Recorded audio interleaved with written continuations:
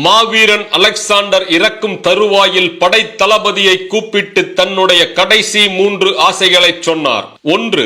என்னுடைய சவப்பெட்டியை நம் நாட்டின் மிகச்சிறந்த மருத்துவர்களே தூக்கிச் செல்ல வேண்டும். 2. என்னுடைய உடலை அடக்கம் செய்ய கல்லறை வரை எடுத்துச் செல்லும் இறுதி பயணத்தின் போது வழியெங்கும் நான் சம்பாதித்த தங்க வைர வைடூரிய பொருட்களை இறைத்தபடி செல்ல வேண்டும். 3. சவப்பெட்டிக்குள் என்னை வைக்கும் போது என் 2 கைகளையும் வெளியில் தெரியும்படி வைத்து புதைக்க வேண்டும் என்றார். படை தளபதி அப்படியே செய்கிறோம், ஆனால் அதற்கான காரணங்களை தங்களால் புரிந்து கொள்ள முடியவில்லை என்று கூறினார். அலெக்சாண்டர் சொன்னார், 3 விஷயங்களை மக்களுக்கு தெரிவிக்க விரும்புகிறேன். 1.